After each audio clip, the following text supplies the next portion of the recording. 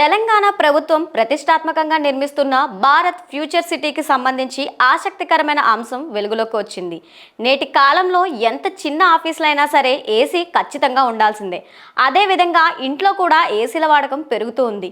ఈ నేపథ్యంలో ఏసీలు లేకుండా చల్లదనాన్ని అందించే సరికొత్త డిస్ట్రిక్ట్ కూలింగ్ సిస్టమ్ DCSను ప్రభుత్వం వేల కోట్ల రూపాయలతో సుమారు 30,000 ఎకరాల్లో నిర్మించబోతుంది. ఇప్పటికే ఈ విధానాన్ని కొత్తగా నిర్మిస్తున్న నగరాలు, మాల్స్లో అమలు చేస్తూ ఉన్నారు. తెలంగాణ విజన్ 2047 పత్రంలో ప్రకటించిన ఈ వినూత్న విధానాన్ని ఫ్యూచర్ సిటీ నిర్మాణంలో అమలు చేయనున్నారు. ఈ ఫ్యూచర్ సిటీలో AICT, health city, education hub, life sciences hub వంటి కీలక విభాగాలను అభివృద్ధి చేయనున్నారు. భారత్ ఫ్యూచర్ సిటీలో అమలు చేయనున్న డిస్ట్రిక్ట్ కూలింగ్ సిస్టమ్ DCS అనేది ఒక కేంద్రీకృత శీతలీకరణ విధానం.